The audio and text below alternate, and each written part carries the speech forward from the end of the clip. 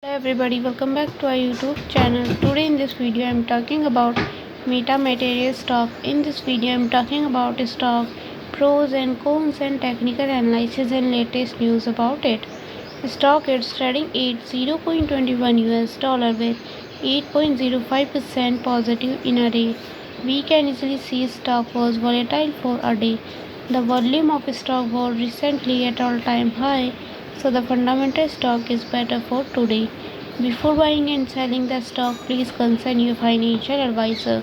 Today's video is done. Thanks for watching. Please subscribe my YouTube channel and like the video and also comment for related queries.